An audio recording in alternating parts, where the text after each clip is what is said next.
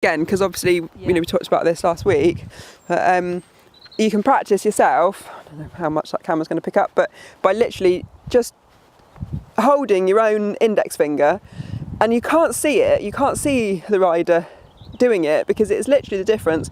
I'm squeezing now, I'm not squeezing. Yeah. I'm squeezing now, I'm not squeezing. Yeah. And what you don't want to do actually is release too much, because if I release that much, now when I want to squeeze again, I actually create a jerk on the rein, because I've got to take it up again.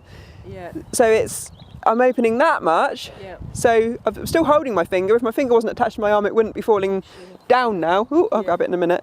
But that's a nice open feeling to him. And now if I want to close my fingers around the rein, it's literally that, just taking up that squeeze. So that's... And presumably like the normal contact would be just like no tension, but just the gentle hold, if you like. Yeah, so you want to be able to feel that he's at the end of the rein, and you want him to be able to feel that you're at the end of the rein, but there shouldn't be any sense of pulling back at all. Yeah. So, you know, I shouldn't be able to see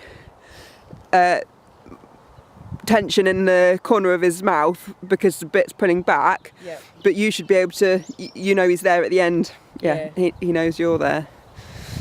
Do you want this back? So, while you're standing, take up your contact, keep your thumbs on top and your elbows bent, that's it. And maybe even think about just bringing your thumbs out a fraction. You could have your hands just a fraction wider, just to give you room for your whip to go across your thigh. Yeah. And you're going to do your 2 little squeezes left, 2 little squeezes right. So just take up a fraction more, so that's it, shorten your rein a fraction more, that's it. You're just massaging the bit in the corners of his mouth, and when you feel him soften, you're just going to release the squeeze of your finger. So I won't see your hands do anything.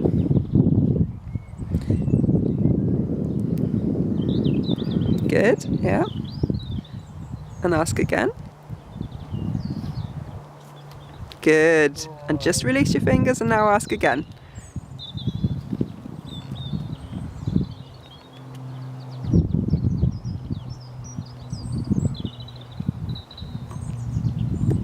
So release a little bit when you feel, that's it. That's it. Again? Yeah. So what you want to see is can you ask him to come there and state, that's it, and that's it. So don't release too much. And then the next piece of the puzzle is when you have him there, close your leg around him and go forward and see if you can keep it going for even if it's for a few strides, but you say to him, yep, you can move.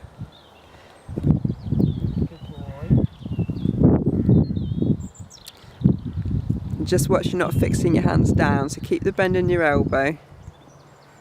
Good.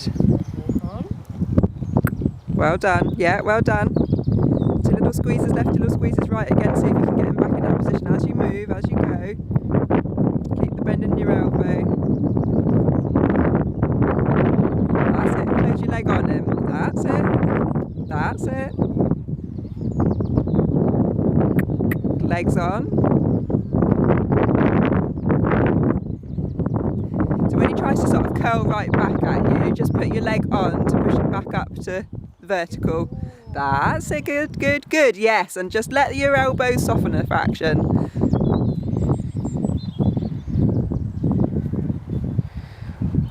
So your little squeezes again if you can.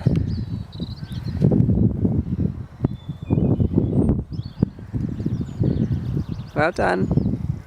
Well done. You could just soften your elbow a fraction, bring your elbows back underneath you. Upper arm a bit more vertical.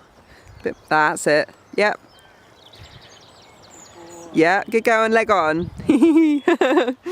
Well done.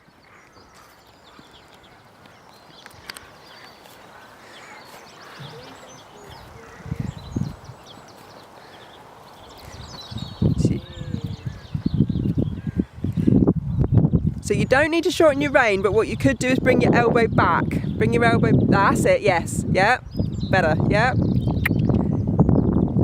That's it, just keep that little squeeze in your fingers while you feel him kind of having a little bit of a think about resisting it. And that just releasing of the finger muscles when you feel him soften to you.